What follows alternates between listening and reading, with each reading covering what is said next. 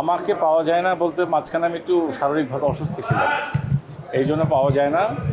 আর হচ্ছে ভালো, আমার পছন্দ ভালো যে বলবো না, যদি এরকম ক্যারেক্টার চরিত্র না পাই আমি আসলে অভিনয় করতে খুব বেশি আগ্রহ পাই না, কিন্তু আমি অভিনয় করতে চাই, এই জন্যই দেখা হয় না।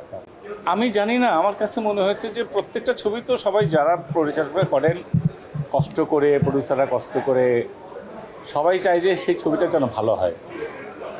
আমি এখানে উৎসব ছবির ব্যাপারে যেটা আমি অন্যান্য আর্টিস্টদের গ্রেটফুল জানাই যে এটার সবাই এসছে, সবাই কাজ করার চেষ্টা করেছে।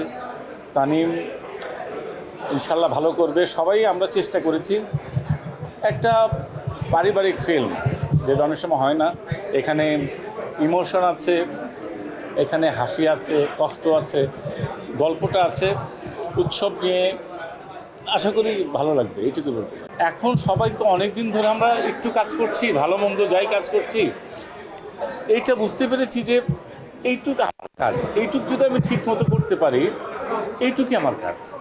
তা আমরা সবাই যার যার লেন্থ আকারে, যার যার চরিত্র আকারে সত্তার সঙ্গে ওইটা করার চেষ্টা করেছে। সবাই যদি একটু একটু করে করি, দেখবেন যে ভালো হয়ে যায়।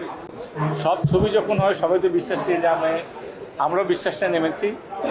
অলমাইটি গড জানে অডিয়েন্স যেন দেখতে পারে, পরিবেশটা যেন ভালো থাকে, কোনো ঝামেলা যেন না হয়, সব কিছু মিলে ছবি দেখলে আশা করি দেখবে।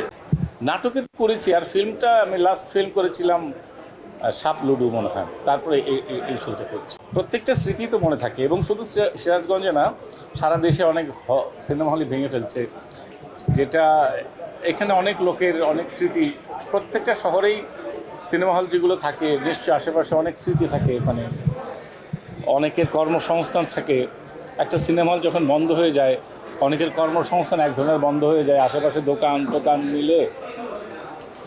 আমি জানি না, অবশ্যই কষ্ট লাগে, যে কোনো জিনিস ভাঙলে কষ্ট লাগে। যখন একটা সিনেমা হল ভেঙে অন্য কিছু হয় তখন কষ্ট লাগে।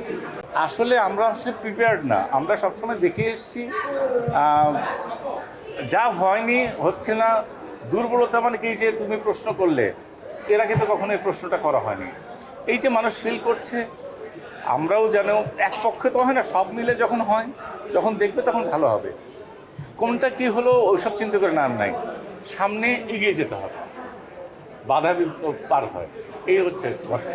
অনেক কিছু মনে হয় যে ছোটোর থেকে যদি আবার রিভিউ করে ভালো করে করতে পারতাম আরও ভালো হতো। অনেক সময় হয়েও ঠিক, সামনে যেন সুস্থ থাকি, ভালো মতো কাজ করতে পারি, সবাই মিলেমিশে যেন একসঙ্গে থাকি, এটাই চাই।